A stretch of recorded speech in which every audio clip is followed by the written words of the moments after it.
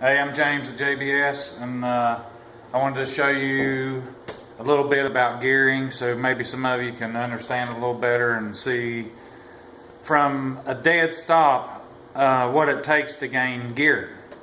Alright, just like on a motorcycle or a bicycle, your front sprocket, the smaller it is, and the bigger the rear is, the easier it is to pedal, or the lower the gearing is. Alright, and on our sheaves, this works the same way. If this had sprockets, it'd be the same way, but it don't, it's variable. So the way to gain bottom end is, and the only way to gain it, let me explain something here too.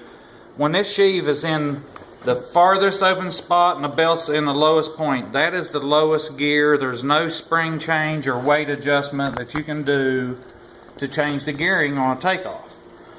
And I want to show you, a lot of people out here say they have gains with a more bottom end with a weight and spring kit. Well, unless you change where this sheave opens to, then you're not gaining bottom end. You can hold it in a lower gear longer, and once the tires are turning, then it does help, but you will not gain bottom end.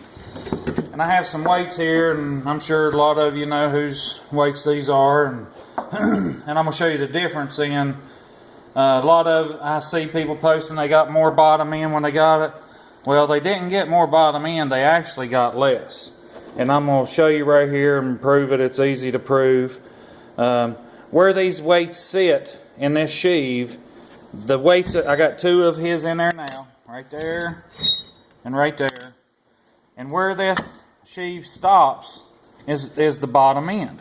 Alright? And you take that and you shake it. Those weights don't move. Alright? I can take a stock weight, never been modified, totally stock, slide it right in here.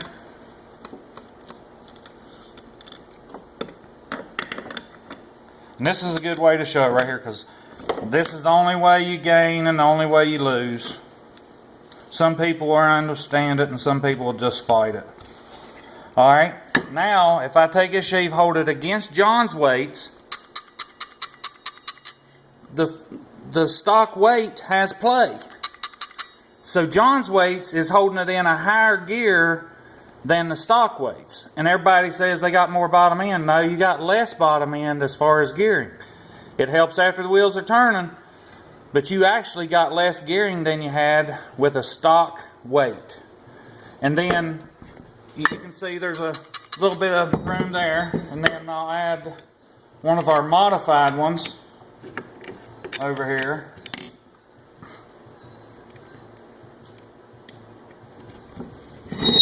I'll pop this one back out.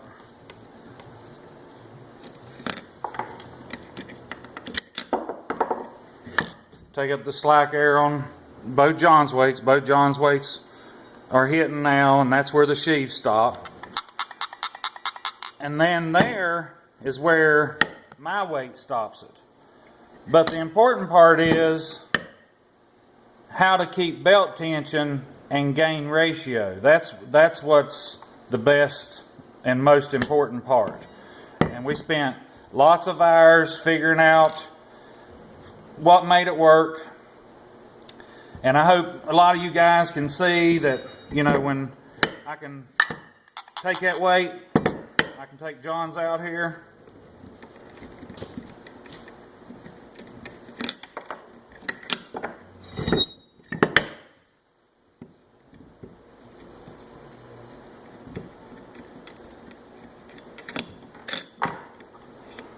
I better show you all the weights, because everybody says I always manipulate my videos, so there they are.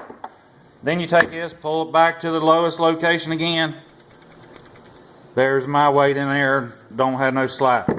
Alright, now when you let this move farther this way, you let the belt drop farther down in there, but it loses tension, and then we do the mods that it takes to gain the belt tension back, and then it actually has more than factory. So if you guys want to be able to turn tires better, and that's what I call bottom end. before the sheaves start moving. The takeoff gearing, a lot of them said they're tired of hearing about ratio, but this is what makes them turn right here. Call us at JBS, send your sheaves in, get them in here, check out hotrodforums.net. But we're your Teryx clutching guys. I guarantee it, we're going to be on top of it, and give us a call. Get yours on the way.